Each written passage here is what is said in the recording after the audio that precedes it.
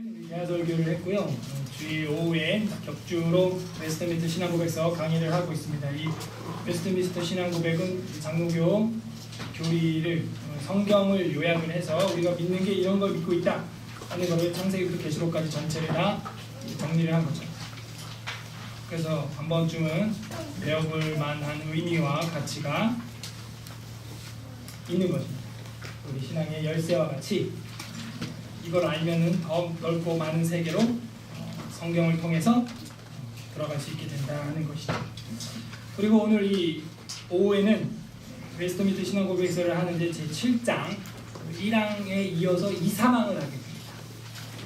행위에서 은혜로라는 제목으로 웨스트민스터 신앙고백서를 살펴보려고 합니다. 한번 따라해 보시죠. 행위에서 은혜로. 행위에서 은혜로.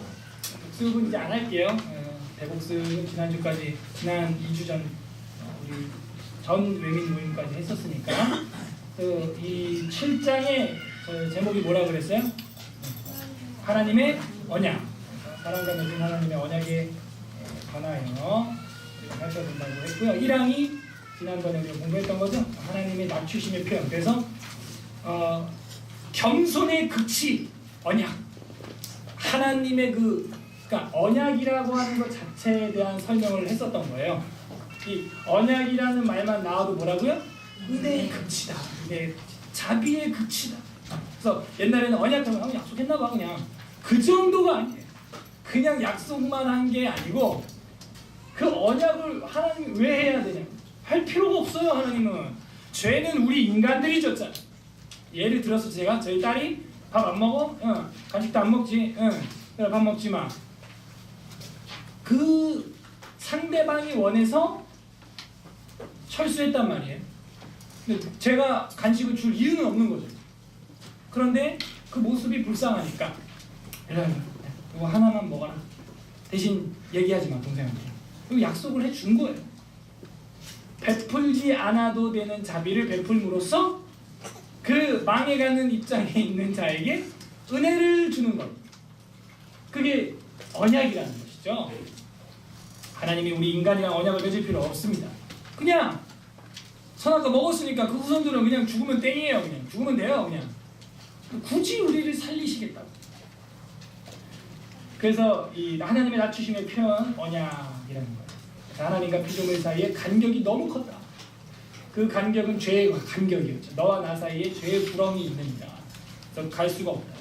너무 크기 때문에 이성적인 피조물이 마땅히 하나님의 그들의 창조주로 순종해야 하는데도 순종 안 해요. 그들은 하나님에게서 무슨 축복이나 상급을 얻어낼 수가 없고 오직 하나님 편에서 손을 내밀어 주지 않으면 간식을 먹을 수가 없는 거예요. 하나님 편에서 손을 내밀어 주지 않으면 우리가 죄를 지울 수가 없는 거예요. 지우개 없어요. 그래서 하나님 편에서 자원하여 베풀어 주시는 은혜, 이런 걸 은혜라고 하는 거예요. 그로서만 가능합니다. 그런데 이 은혜를 하나님께서는 언약을 수단으로 하여, 그러니까 은혜를 어떻게 베풀었다고요? 언약을 수단으로 하여서 나타내기를 기뻐했다. 그래서 이 약속, 언약이라고 하는 것은 하나님의 은혜를 받게 하려는 방편 중에 하나라는 거예요. 그래서 이 언약을 생각하면 자연스럽게 이 은혜가 나와야 됩니다. 언약은 뭐다? 은혜예요. 먹을 수 없는 간식을 먹게 되었어요. 네. 은혜를 받았어요. 선물을, 은사를 받은 거예요. 그게 이 언약과 관련된 가장 첫 번째 키워드가 은혜다 하는 것이죠. 자, 이 구약, 신약, 언약이 그거구나. 결국 절망적인 인류를 향하여 하나님이 손 내밀어 주신 것. 그것이 은혜고 그 안에 우리에게 영생의 소망이 들어있는 선물이구나. 그래서 이제 언약이라는 용어, 은혜라는 용어 이런 게 이제 이해가 된 거예요. 근데 언약에 대해서 오늘 또 살펴볼 텐데 이 약속이라고 하는 건 뭡니까? 인격이라는 거예요. 그러니까 인격과 인격만 약속을 했어요. 저랑 지나가는 개하고 약속이 안 돼요. 저랑 저 산속에 뛰어다니는 멧돼지하고 약속이 안 됩니다. 저랑 소하고 약속이 안 돼요. 약속이 안 되는 거예요. 그래서 이 언약이라고 하는 것은 인격 대 인격만이 약속을 할 수 있는 것이죠. 그래서 하나님이 우리를 뭐 취급해줬다? 네, 인격 취급해줬다는 거예요. 인격적으로 대해줬다는 거예요. 토탈 디프레비티라고 해서 전적 부패로 우리가 공부했지만 그런 전적 타락 부패한 썩은 어떤 존재로 바라봐 주신 게 아니에요. 너와 나라는 존재로 승격시켜줬다는 이 은혜죠.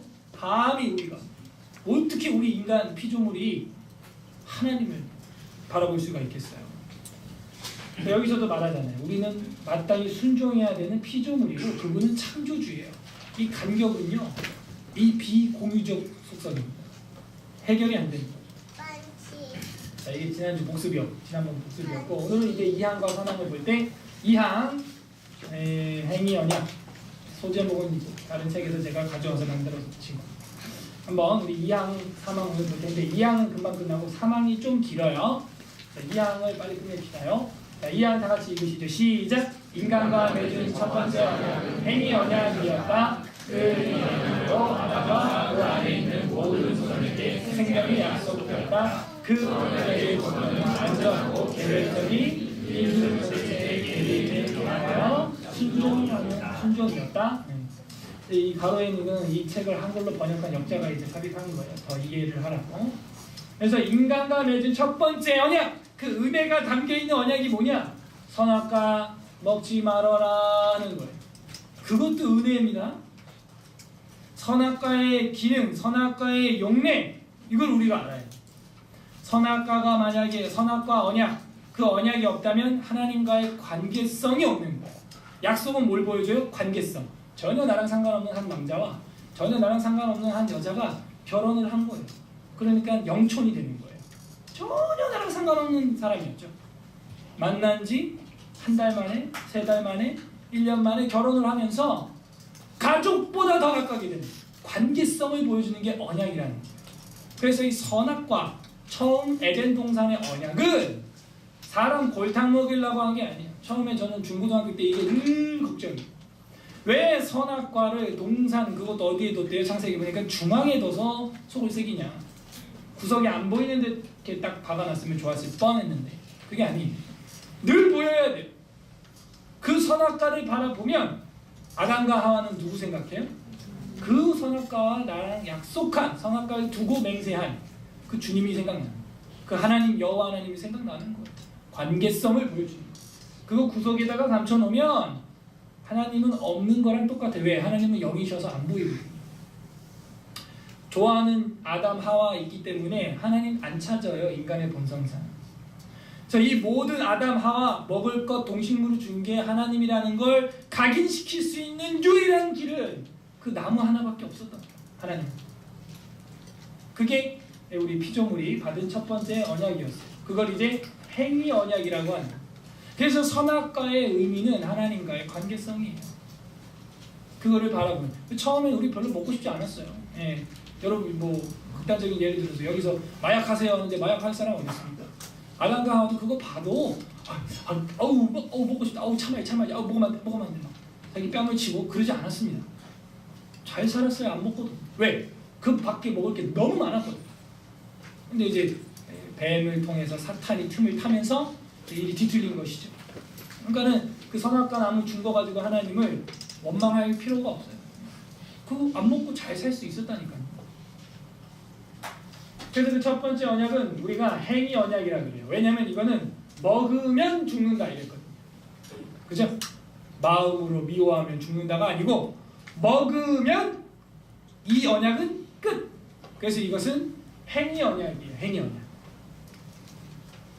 그래서 저번에 김명현 박사님 오셔가지고 그럼 따서 먹지 않고 엉덩이 깔고 앉은 건 죄일까요? 아닐까요? 뭐 그런 얘기도 하고 선악과를 따서 축구공처럼 뻥뻥 차면서 하나님은 안 먹고 있어요? 봐요. 그런 정도의 인격은 아니겠죠. 그래서 행위 언약이었다 하는 거예요. 그 행위 언약이라는 말을요, 여러분이요 오해를 하면 안 돼요. 이거는 행위 언약이라는 말이 뭐 행함으로 구원받는다, 뭐 행함으로 우리가 뭐 영생을 취한다 그런 얘기가 아닙니다. 하나님과 한 언약의 형태가 옷이 행위라는 것이에요. 그 안에는 행위는 무조건 다 그 믿음과 함께 일하게 돼 있어요. 선악과를 내가 안 먹는 이유는 먹으면 죽는다고 말한 그 말씀을 내가 믿기 때문에 안 먹는 거 아니에요. 그러니까 그 믿음이 늘 선행되게 돼 있어요. 그래서 그래서 믿음과 행위가 분리되지 않는다고 야고보서에 늘 얘기하고 있죠. 믿음이 그 행위와 함께 일한다. 그래서 이제 그런 관점에서 그 아담이 하나님과 맺은 언약 자체 껍질만 볼 때 그것이 이제 행위 언약이라는 거예요. 행위 언약. 예. 그 행위 언약이었고 그 행위 언약으로 아담과 그 안에 있는 모든 후손에게 생명이 약속되어 있다. 이게 문제죠. 이제 대표성의 원리. 그래서 그 언약의 조건이 완전하고 개별적인 언약의 조건은 순종이었다 하는 거. 그게 이제 여기서 말해주는 거. 첫 번째 언약이다 하는 거.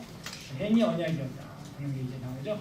호세아서 6장 7절 보게 되면 그들은 아담처럼 언약을 어기고 거기에서 나를 반역하였느니라.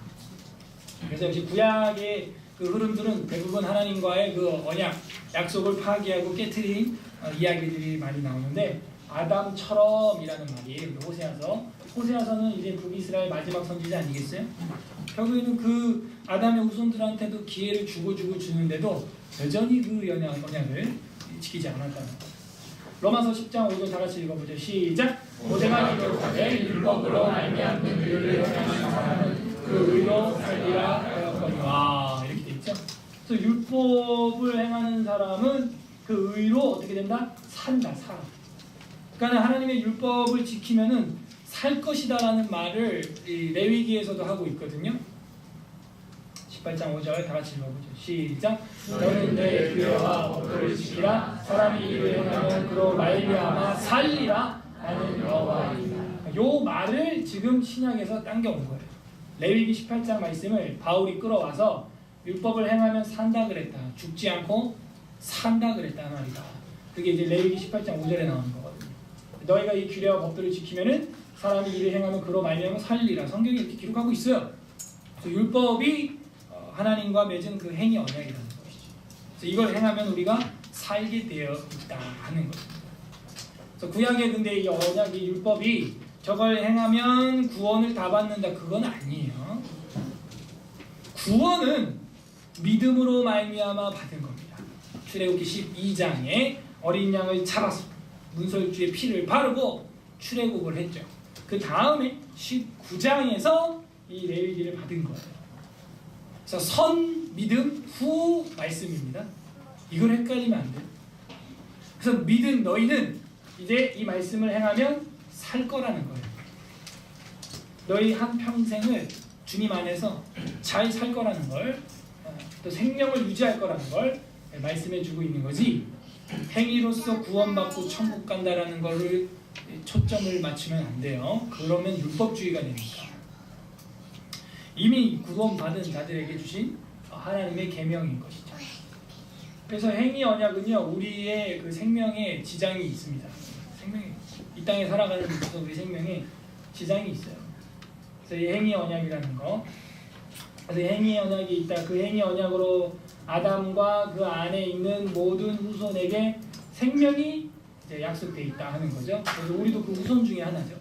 창세기 2장 17절에 보면 선악을 알게 하는 나무의 열매를 먹지 말아라. 반드시 죽는다. 뭐랑 연결되어 있다고요? 네, 생명이랑. 그러니까 언약을 어기면은 죽음이야. 물을 떠난 물고기는 죽는 거예요. 땅을 떠난 나무 뿌리는 말라 죽는 거죠.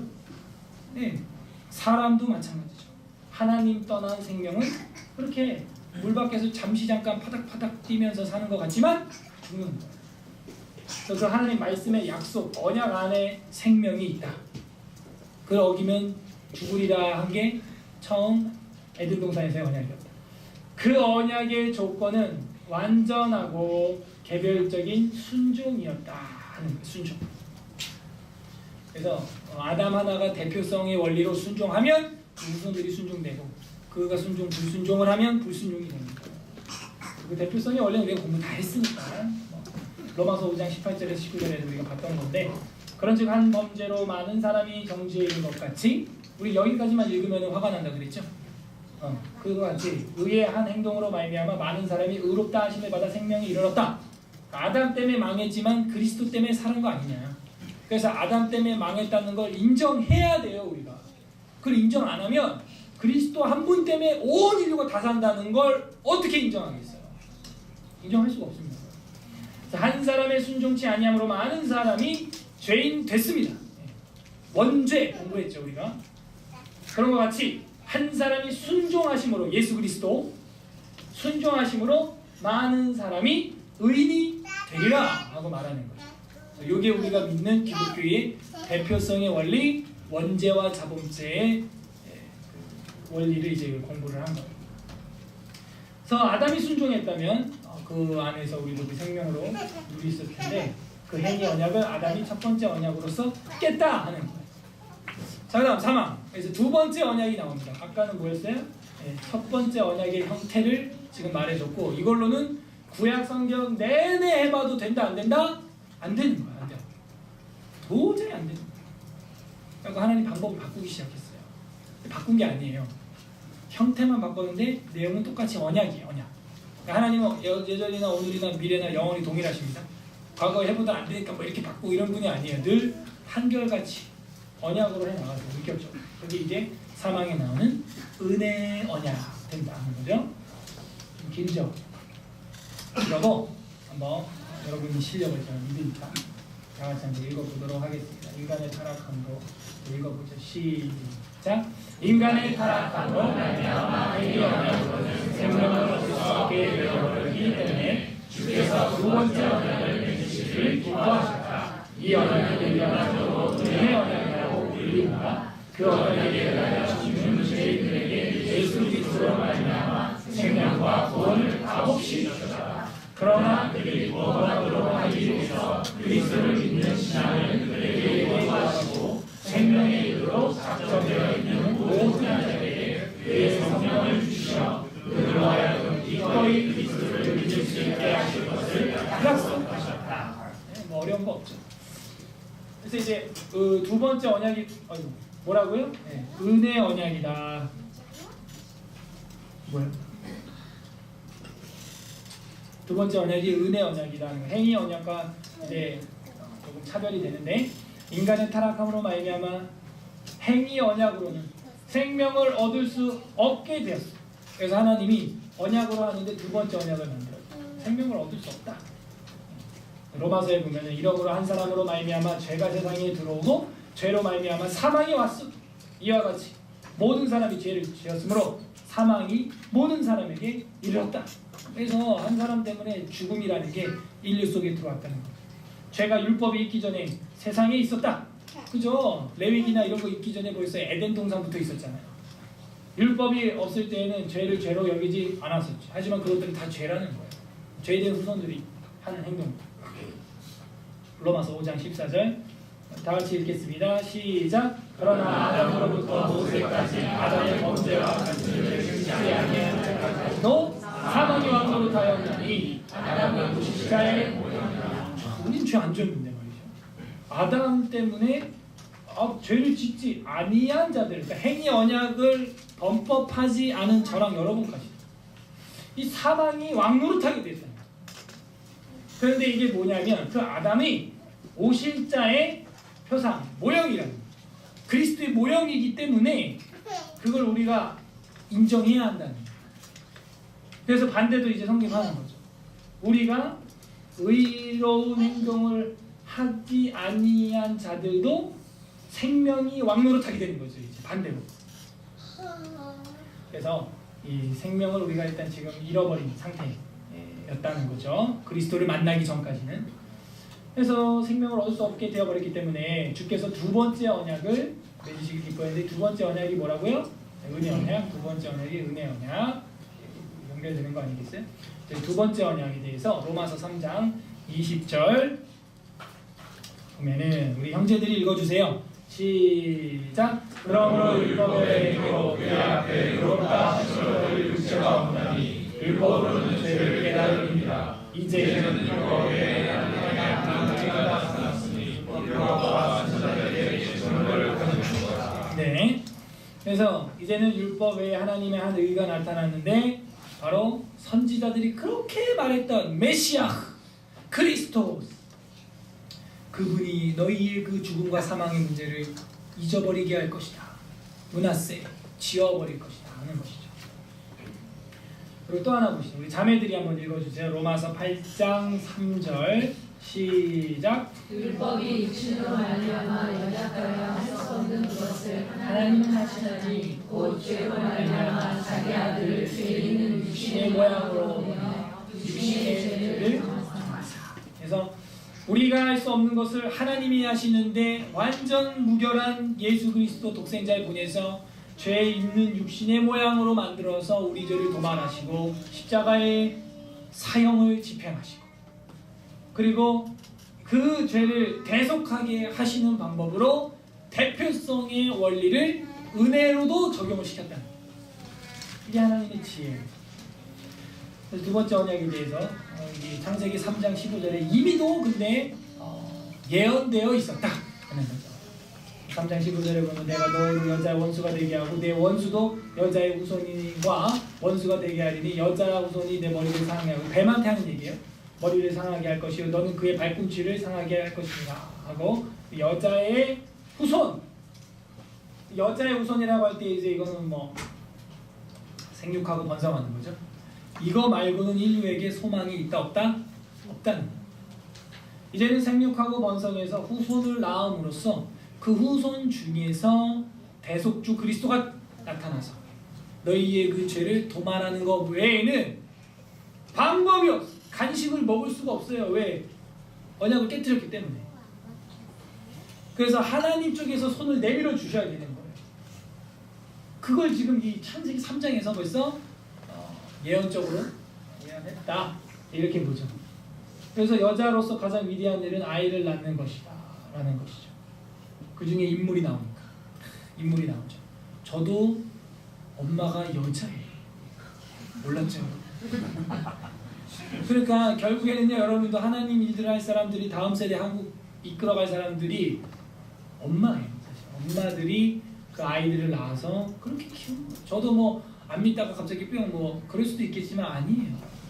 어머니의 그 눈물 어린 새벽기도 밤에 울고 있는 엄마의 그 울음소리에 뒤척이다 제가 새벽에 깬 게 뭐 몇 번이고 보면은 기도하고 계시고 그 울음소리 때문에 늘 그 가난이 있기 때문에 단칸방 미싱틀 드르르 맨날 연탄불 꺼졌을 때 번개탄 뭐 떼고 있고 제가 중학교 때까지 연탄 떼봤으니까 그렇게 힘들면서도 신앙만큼은 지켜왔던 것이죠. 그래서 여자가 이제 후손들을 이제 사랑해야 됩니다. 그래서 예수님이 어떻게 와요? 한 아기가 우리에게 낳다 이거예요. 성경이 말하기 그죠? 한 아기가 우리에게 낳았으니 그의 이름은 기묘자라 모사라 전능의 왕이다. 영존하신 하나님 평강의 왕이다. 그 여자는 애를 하나 낳았을 뿐인데 그런 거예요. 그래서 결국에는 그 여인들의 후손을 통한 메시아의 도래 그거 말고는 인류에는 소망이 없고 그거는 하나님이 보내주시는 손이다. 은혜, 손, 언약이라는 방편을 따른 은혜를 줍니다. 그거밖에 없다. 그게 두 번째 언약이 되는 거죠. 갈라디아서 3장 19절 다 같이 읽겠습니다. 시작. 그런즉 율법은 무엇이냐? 법법함으로 더하는 것이 아니냐? 천사들이 통하여 한 중보자의 손으로 베푸신 것인데 약속하신 자손이 오시기까지. 율법은 뭐냐면 그 메시아가 올 때까지 우리가 가지고 지켜 행할 거라는 거예요. 메시아가 물론 오고 나서도 우리 기독교인들에게는 법을 법있게 쓰면 유용하고 율법을 폐하러 오신 게 아니기 때문에 주께서 그 율법을 법있게 사용하면 기독교인으로서 살아가는데 생명이 살리라 그랬으니까. 그래서 그 율법은 약속하신 자손이 오기까지 메시아가 올 때까지 우리한테 계속해서 기다리라고 하는 그 메시지 아니냐 하는 거죠. 그래서 그것이 이제 결국 그 약속하신 이 분이 오면은 뭐예요?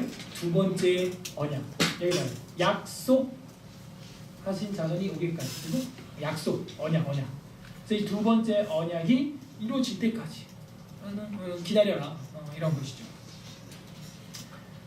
그 두 번째 언약을 뭐라 부른다? 은혜의 언약이다 라는 거예요. 왜? 사람 쪽에서 손 내민 게 아니고 하나님 쪽에서 손을 내밀었어요. 그럼 진작에 좀 보내지 말이야. 뭐 그런 생각 들겠죠. 근데 때가 있어. 때. 이 바울 서신에 보면 때라는 단어가 나와요. 때가 있다는 거예요. 다.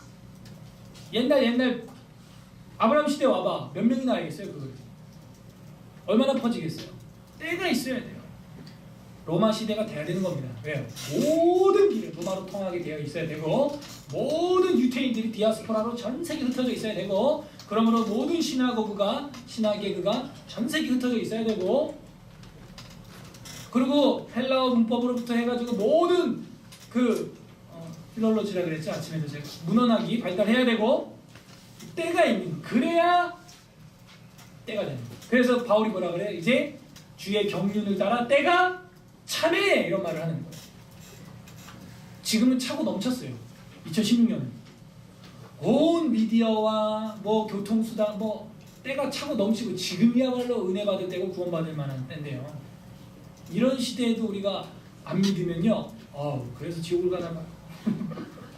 이건 뭐 녹화도 돼 있지, 뭐 인터넷 들어가면 온갖 설교들이 다 있고, 그죠? 지구 반대편을 하루아침에 날아가죠. 그렇기 때문에 이 두 번째 언약이 오는데 좀 시간이, 때가 차야 돼. 그래서 그 은혜의 언약이 지금 우리가 지금 누리고 있는 그것입니다. 자, 에베소서 2장 8절 다 같이 읽죠. 시작. 너희는 그 은혜에 의하여 믿음으로 말미암아 구원을 받았으니 이것은 너희에게서 난 것이 아니요 하나님의 선물이다. 그래서 결국에는 은혜로 말미암아, 은혜에 의하여 믿음으로 말미암아 구원을 얻었는데, 이건 하나님이 그냥 준 거다. 선물은 그냥 주는 거죠. 돈 받고 주는 건 선물 아니죠. 상품이죠.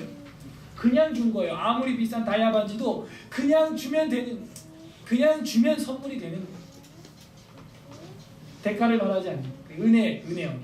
하나만 더, 로마서 3장 24절 제가 읽어볼게요. 그리스도 예수 안에 있는 속량으로 말미암아 하나님의 은혜로 값없이, 은혜는 값이 없어야 됩니다. 의롭다 하심을 얻은 자 되었느니라. 그 속량으로 말미암아 하나님의 은혜를 값없이 우리가 받게 된 거죠. 여러분들 돈 내고 예수 믿은 거 아니잖아요. 네. 하나님의 은혜에 감사해서 뭐 헌금을 낼 수 있겠지만요, 뭐 그 헌금 뭐 여러분 애들 학비에 비하면은 그 뭐 우리가 내는 겁니까? 조금 표현하는 거죠, 하나님 앞에. 솔직히 학교에서 배운 것보다 교회에서 배운 게 더 영원하고 가치 있는 거라니까요. 근데 학교에 갖다 주는 돈이 더 많잖아요. 헌금은 10,000원도 아까운 경우가 있어요. 그렇죠? 그래서 은혜를 우리가 받았어요. 10,000원이 아니고요, 은혜를 받았어요. 영생을 받았어요.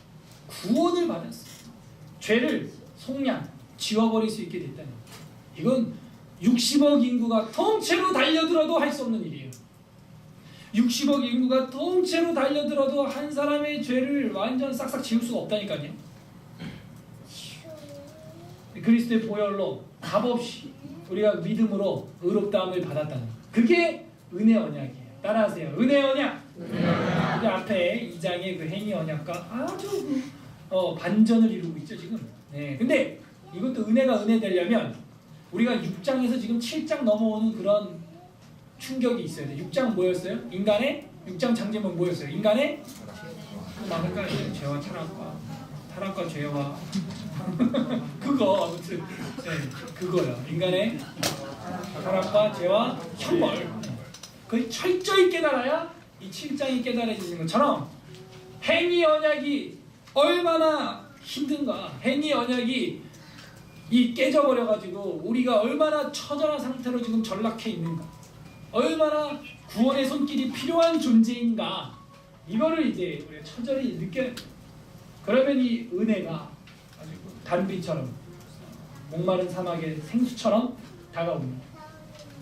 은혜 언약이라고 이제 두 번째 언약을 불렀다는 거예요. 불리운다. 그 언약에 의하여 주님은 죄인들에게 예수 그리스도로 말미암아 생명과 구원을 값없이, 아까도 우리가 여기서 읽었죠, 값없이 줬다 하는 거. 예, 그 서술이에요. 두 번째 언약, 은혜 언약, 생명과 구원을 주는 건데 값없이 주셨다 하는 것이죠. 값없이. 그런 표현이 많이 나와요. 에베소서 아까 2장 8절 읽었었는데 값없이 줬어. 그럼 그게 너에게 뭐가 되는 줄 알아? 이게 되는 거야 하면서 다 같이 읽죠. 시작. 행위에서 난 것이 아니니 이는 누구든지 자랑하지 못한다. 그래서 은혜로 말미암아 믿음으로 구원을 받았다. 아까 이 앞절에서 이제 이야기를 한 거죠. 왜? 그렇게 할 때 행위에서 난 게 아니니까 너가 스스로 자랑하지 못하겠지. 너가 지금 간식 얻어서 먹는 것이 너가 잘해서 먹는 게 아니잖아. 아빠가 자비를 베풀었잖아. 지난주도 한번 또 그랬다니까요. 저희 집사람이 자꾸 그렇게 하지 말라. 길들여진다. 응? 안 준다 그랬으면 그냥 딱 주지 말라. 그게 어디 아빠가 되나? 아들한테는 됩디다. 딸한테는 안 돼, 이게. 그지? 딱 발을 나와야 돼. 딸은 뭡니까? 맛있어. 영혼이 빠져나가는. 제가 아까 옥순대 형제한테도 이제 저 결혼할 자매한테 어떻게 하라 얘기를 해줬어. 감탄을 받고 나갔어. 감탄을 하고 엄청나게 잘할 수 있어요. 그래서 행위에서 난 게 아니. 하나님이 값없이 베푼 은혜인 거예요. 은혜. 그럼 이제 또 한 단계 올라가서 왜 하나님은 언약이라는 걸 만들어서 나한테 은혜 베풀까? 아 좋다 감사하다 냠냠냠. 그리고 간식만 먹고 있으면 5살짜리 철없는 딸인 거야. 그게 뭘 의미하는 그 행동이 아버지 하나님으로부터 나오는 그 행동이 어떤 언어인지 이해를 해야 되는 거야. 왜 그래요? 왜 언약을 만들고 왜 은혜를 베풀고 왜 값없이 이렇게 주는 거예요? 왜? 여기서 이제 차이가 납니다.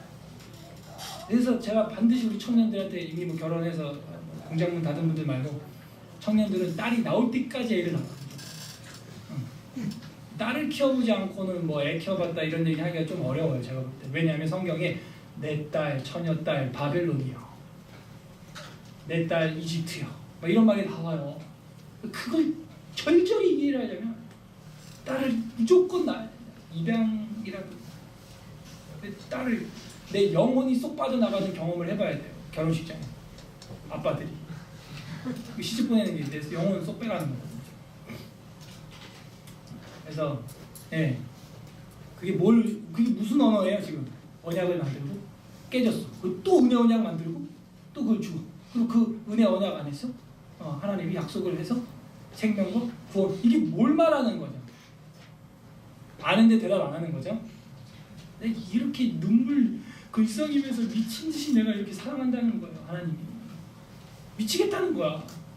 이렇게 안 하고 안 살리고는 견딜 수 없는 아비의 심정이라는 거죠. 그거를 깨달아야죠. 그게 이게 이 모든 행위의 언어의 의미가 그거예요. 왜 굳이 뭐 이런 거? 하나님께서 베풀지 않아도 될 자비를 베풀어 가시면서 하시냐? 뭐하러 이렇게 값없이 하시냐? 자, 요한계시록에도 보면 우리 한번 다 같이 읽어볼까요? 시작. 성령과 신부가 말씀하시기를 오라 하시는도다. 듣는 자도 오라 할 것이요 목마른 자도 올 것이요 또 원하는 자는 값없이 생수를 받으라 하시다. 값없이 주는 거죠. 자녀한테 따져 값없이 깨트렸어도 또 값없이 자비를 베풀게 또 그런 거죠. 그래서 값없이 베푸는 그 하나님의 은혜의 언약이다. 그러나 그들이 구원받도록 하기 위해서 그리스도를 믿는 신앙을 그들에게 요구하시고 여기서는 또 뭐가 이제 필요하냐면 행위가 아니에요. 믿는 마음, 믿는 그 신앙, 충성심, 성실함, 진실함 그걸 하나님이 이제 본다는 거예요. 아까 오전에 뭐라 그랬어요? 이제 그걸 네 마음과 생각에 기록하여 그죠? 지우겠다 하는 거 아니겠어요? 그래서 이제는 하나님께서 그 속을 본다는 거예요. 저 사람이 뭐 교회 건축을 얼마나 했냐, 뭘 이게 아니고 마가복음 16장 15에서 16절에 보게 되면은 다 같이 읽어보죠. 시작. 또 이르시되 너희는 온 천하에 다니며 믿음의 복음을 전파하라. 믿고 세례를 받는 사람은 구원을 얻을 것이요 믿지 않는 사람은 정죄를 받을 것이다. 주님께서도 이제 오셔서 마지막 유언처럼 하는 선교 명령이 이런 복음을 전하는데 이제는 다 필요 없고 하나 그 마음이 중심이 진정성이 있어서 정말 나를 주인으로 그 사랑을 이제 믿는다면 정죄를 받지 않는다. 구원을 얻는다. 근데 믿지 않으면 이제 정죄를 받게 된다 하는 것이죠. 그래서 이제 믿음이라는 단어는 나중에 우리 전도사님하고 세가족 교육할 때 아주 중요한 파트입니다. 그래서 믿음이 정말 그냥 믿는 게 뭔지를 배워야 돼요. 믿는다는 것이 무엇인지.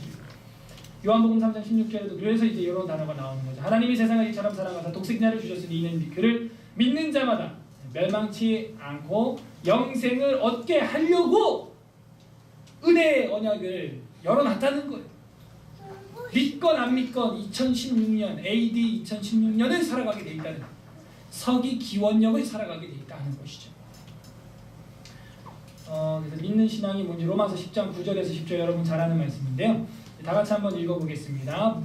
구원받는다는 그 현상이 어떻게 일어나나를 쓰고 있어요. 시작.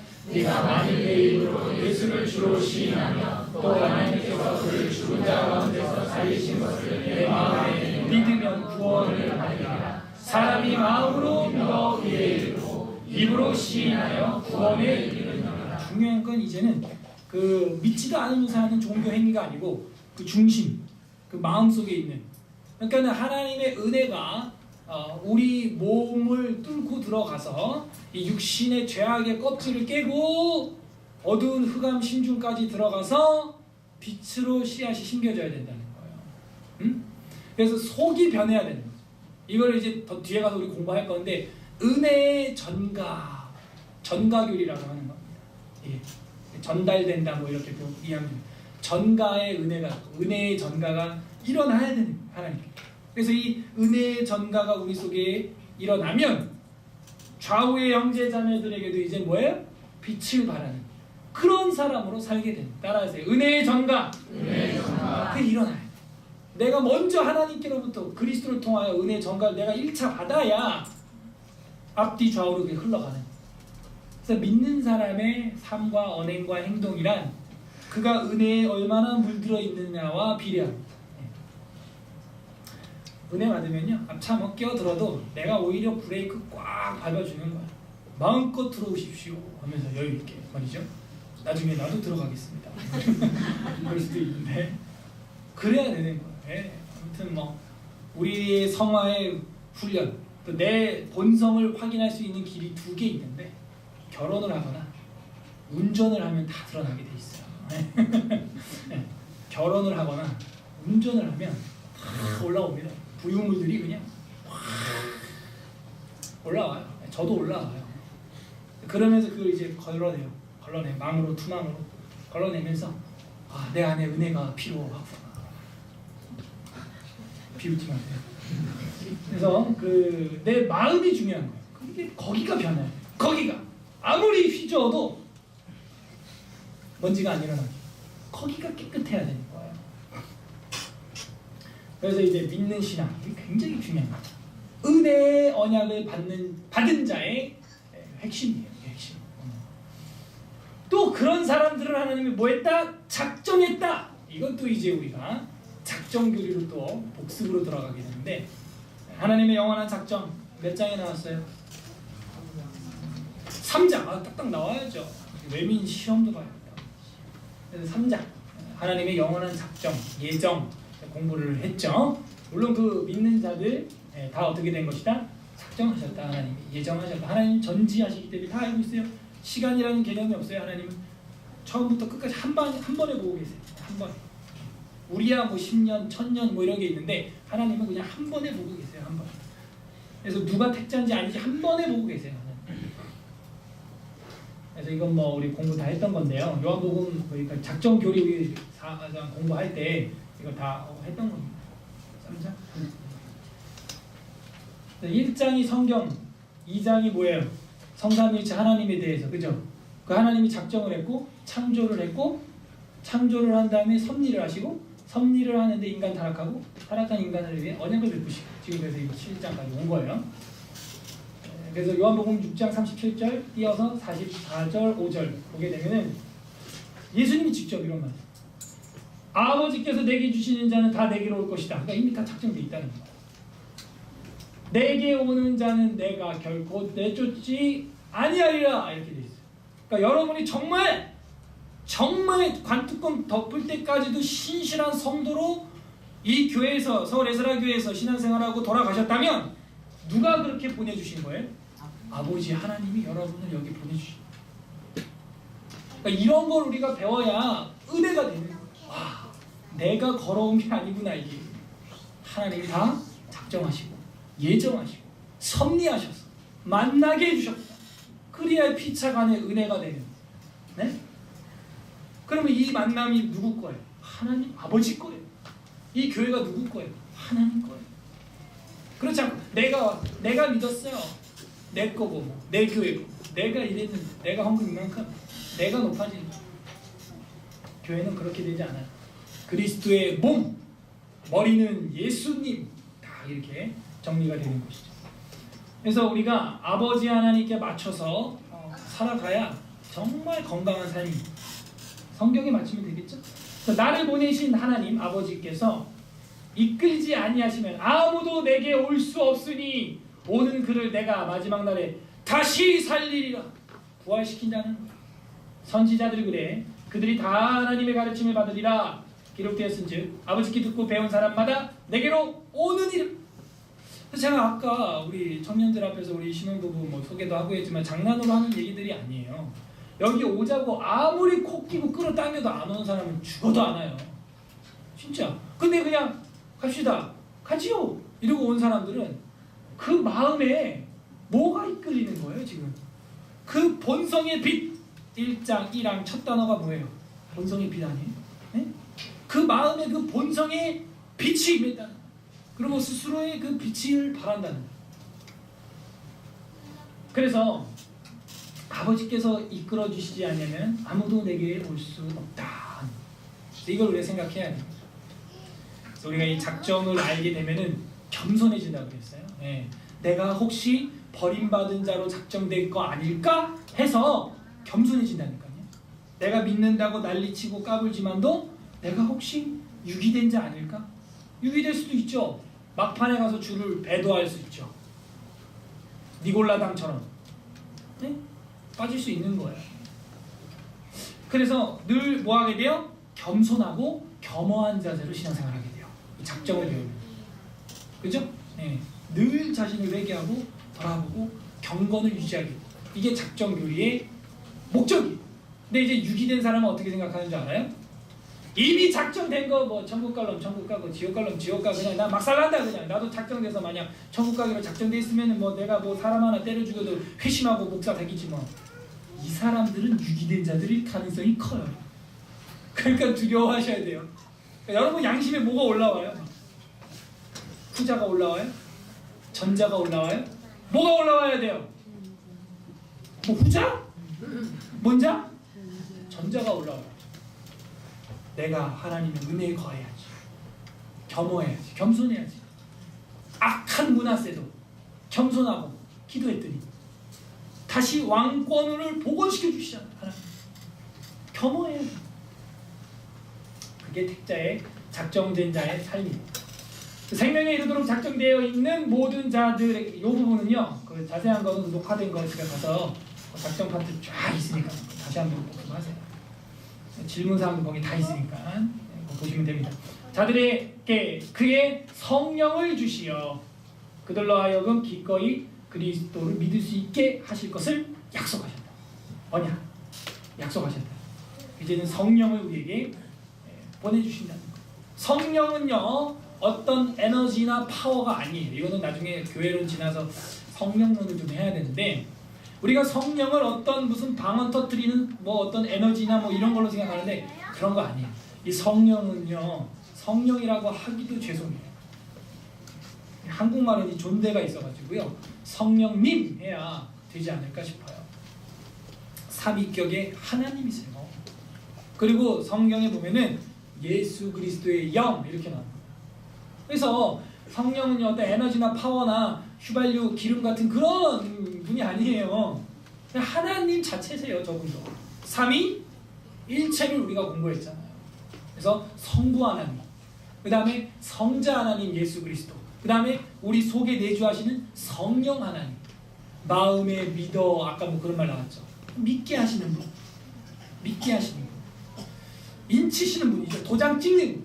만약에 여기 있는 여러분들이 나 교회 나온 지 얼마 안 됐는데 나 저거 다 이상하다 믿어진다 이런 분들은 마음에 지금 거룩한 영 성령 하나님이 내주하시는 거예요. 아직 안 믿어지네 저게 진짜일까 이런 거는 아직 성령님이 내주하지 않은 겁니다. 그래서 이제 우리에게 회의감이나 혹은 의심이나 두려움이나 걱정이나 이런 게 올 때는 내 안에 성령님 계시는가 살펴야 돼. 내가 구원받고 중생한 사람이냐 되돌아봐야 되는 것이죠. 그래서 성령님을 주셨다는 거. 에스겔 36장 26절에서 27절 이거 오전에 제가 얘기했던 거거든요. 그럼 다 같이 읽어보겠습니다. 시작. 또 새 영을 너희 속에 두고 새 마음을 너희에게 주되 너희 육신에서 굳은 마음을 제거하고 부드러운 마음을 줄 것이며 또 내 신을 너희 속에 두어 너희로 내 율례를 행하게 하니 너희가 내 율례를 지켜 행할지라. 네, 이제는 행위 언약으로 아니하고 은혜 언약으로 할 때는 새 영, 새 마음을 네 마음의 부드러운 마음을 내 신을 성령을 부어주겠다 하는 거예요. 그래서 우리 기독교는 이 삼위일체 하나님을 믿습니다. 다 하나님인데 이 세 명이 있다는 얘기가 아니에요. 세 분인데 한 분이라는 얘기예요. 그러니까 이거는 우리가 믿는 대상이지 논리적 수학적으로 우리 인간의 차원으로는 이해는 어렵다. 하지만 명백성은 있어요. 성경이 그렇게 얘기하고 있으니까 명백해요. 누가 봐도. 그러나 이게 수학적 계산적인 어떤 차원으로는 우리가 참 그 실체를 볼 수는 없다 하는 거죠. 셋이 하나다라는. 그리고 또 디도서 5 오늘 본문인 것 같은데 그 이제 3장 4에서 5절에 보게 되면은 다 같이 읽어보죠. 시작. 우리 구주 하나님의 자비와 사람 사랑하심이 나타날 때 우리를 구원하시되 우리의 영광과 의로운 행위를 하지 않고 오직 그의 긍휼하심을 따라 중생의 씻음과 성령의 새롭게 하심으로 하셨다. 예, 우리의 행위로 말미암지 않고 그의 긍휼하심 베풀지 않아도 되는 자비를 손을 내밀므로 말미암아 우리에게 베풀어 주신 그 긍휼 하심을 따라 중생의 씻음과 성령의 새롭게 하심으로 우리를 구원하셨다는 거예요. 그래서 은혜의 언약이 이런 것이다라는 걸 설명하고 있습니다. 성령까지 주셔서 이제는 확실히 마음속에 도장을 콱 찍었습니다. 그들로 하여금 기꺼이 그리스도를 믿을 수 있을 것을 약속하셨다.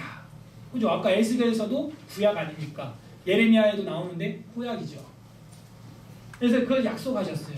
은혜의 언약을 언약하신 거죠. 또 하나. 그래서 이 성경 전체를 우리 이제 장로교 교리에서는 언약신학 한번 따라해봐요. 언약신학. 예, 그 언약신학이라고 하는 아예 그 파트가 따로 있어요. 창세기 선악과 언약으로부터 시작해서 아까 우리가 읽었던 값없이 이 적과 꿀을 생수를 마셔라 하는 새하늘과 새 땅까지 이 전부의 성경이 뭐냐 보니까 다 언약이라는 인격적인 언약이라는. 그래서 언약신학이 굉장히 중요한 그 분과로 하나 또 자리를 잡고 있습니다. 약속을 하셨어요. 누가복음 11장 13절에도 너희가 악할지라도 좋은 것을 자식에게 줄 알거든 하물며 너희 하늘 아버지께서 구하는 자에게 성령을 주시지 아니하겠느냐. 우리 같으면 구하는 자에게 돈을 뭐 이럴 줄 알았는데 왠 갑자기 성령. 아버지가 자식에게 좋은 걸 줄 줄 알거든. 구하는 자에게 하고 제일 좋은 거는 바로 성령이에요. 하나님의 영, 예수 그리스도의 영, 그 영이 너 속에 내주하는 것, 그것이 가장 좋은 것이다. 이걸 지금 말하고 있어요. 그게 은혜의 언약. 이거만큼 가치 있는 게 없다 하는 것이죠. 그래서 그 성령을 주시지 않겠느냐 하시니라 라를 약속하셨어요. 마지막 구절이 되겠습니다. 갈라디아서 3장 14절 다 같이 읽고 기도하고 마치겠어요. 시작. 이는 그리스도 예수 안에서 아브라함의 복이 이방인에게 미치게 하고 또 우리로 하여금 믿음으로 말미암아 성령의 약속을 받게 하려 함이라. 예수 그리스도 안에서 이방인들도 아브라함의 복을 받게 했고 우리로 하여금 믿음으로 마음의 믿음으로 성령의 약속을 받을 수 있도록 해주셨다. 여러분 예수님을 우리의 주인님으로 믿으십니까? 예수님을 우리의 왕으로 믿으십니까? 예수님을 나의 죄를 대속하신 그 새 언약의 증표이심을 믿습니까? 그게 믿어져요. 그러면 우리 속에 성령, 약속하신 성령이 내주하신. 그리고 우리가 이제 오늘부터 이 나가는 발걸음부터 내일 이튿날 월요일, 화요일, 수요일 살아갈 때 이제 그 빛을 바라면서 살아가게 되는 것이죠. 그게 은혜를 받은 자의 삶이라는 거죠. 하나님 그 은혜도 약속하셨다. 좀 길었지만요. 읽어보니까 하나하나 뜯어보니까 뭐 어려운 건 하나도 없어요. 그래서 이것이 은혜의 언약이구나. 그래서 행위 언약이 있고 은혜 언약이 있다. 그래서 처음에 아담과 맺은 것, 구약시대에 흐르는 것은 행위 언약이었죠. 그러나 그 행위 언약을 우리 처음 아담이 깨버렸고 이제는 그 선조들이 그 뒤를 따라서 전부 죄가 되고 죄인이 되고 사망이 왕노릇하게 되었는데 하나님은 그냥 그대로 놔도 되지만 은혜를 베푸시기로 결심한 아버지처럼 그걸 결심하시고 때가 찰 때까지 기다리시다가 온 세계가 하나로 통할 때 이제 복음을 선포케 하셨어요. 그래서 이제는 어떻게 해요? 은혜의 해가 떠오르게 해주신 거예요. 지금이 은혜예요. 그래서 그 은혜의 언약, 우리가 받은 언약은 무슨 언약인가? 1번 은혜 언약, 2번 율법 언약, 3번 은혜 언약. 그럼 뭐예요? 답은 그렇게 찍으면 되는 거예요. 은혜 언약. 그러니까 이런 용어들이 신학적 용어이기 때문에 어렵지만요. 잘 익혀두세요. 그럼 나중에 뭐 어려운 신학 교수 학자분들이 하는 내용들도 여러분들이 이해를 하게 되고 책이나 이런 거 연구할 도움이. 우리 교회도 뭐 신학을 하고자 또 하고 싶어하는 청년들이 몇 분 계시는 것 같던데 제가 보니까 이거 통신 MDB 가도 공부 안 해요. 남의 교수한테 물어봐. 이런 거 안 해요. 저 때는 1학년 때 그나마 잠깐 있었는데 그나마 없어졌고 3년 내내 이걸 안 배웁니다. 이걸 해야 되는데 사실 이게 베이스먼트거든요. 이게 기본이에요. 이걸 하고 이 위에 이제 쫙 세워 가야 되는 거예요. 그래서 이런 용어 정리가 이제 좀 됐을 줄로 믿습니다. 이제 이 아이콘도 이해가 되죠. 하나님이 먼저 손을 내민 거예요. 그래서 하나님의 언약. 그 언약은 은혜를 주기 위하여. 그거는 무슨 언어다? 내가 미친 듯이 사랑한다는 얘기야. 살리겠다는 얘기야.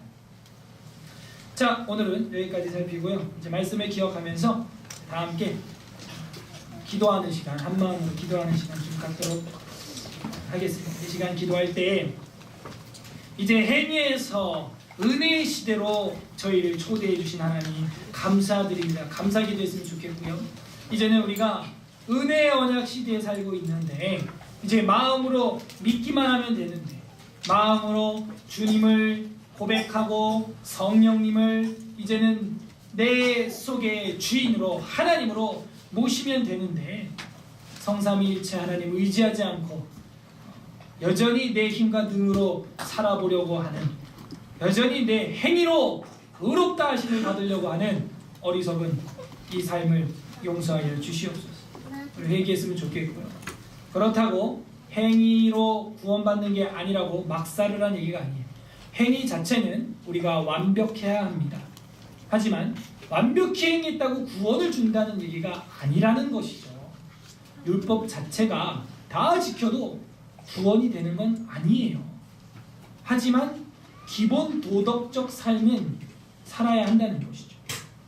그래서 율법은 다 지킬 수 있고 지켜도 구원은 아니라는 겁니다. 이게 원래 성경 율법의 원 목적이에요. 그 율법을 지키면 그냥 살리라 하는 거예요. 하나님 앞에 잘 사는 거예요. 그래서 이제는 하나님 그 아담도 그 뒤에 우리 선배들도 잘 말씀을 약속을 지키지 못하고 깼는데 이제는 저희들 약속도 잘 지키는 하나님의 백성 되게 해달라고 하나님 말씀 가지고 삶 속에서 거룩한 성화의 과정을 살아가는 하나님의 아들, 딸들, 딸, 아들들 되게 해달라고 우리 같이 말씀 생각하면서 기도하도록 하겠습니다. 기도하겠습니다. 하나님 아버지 감사드립니다.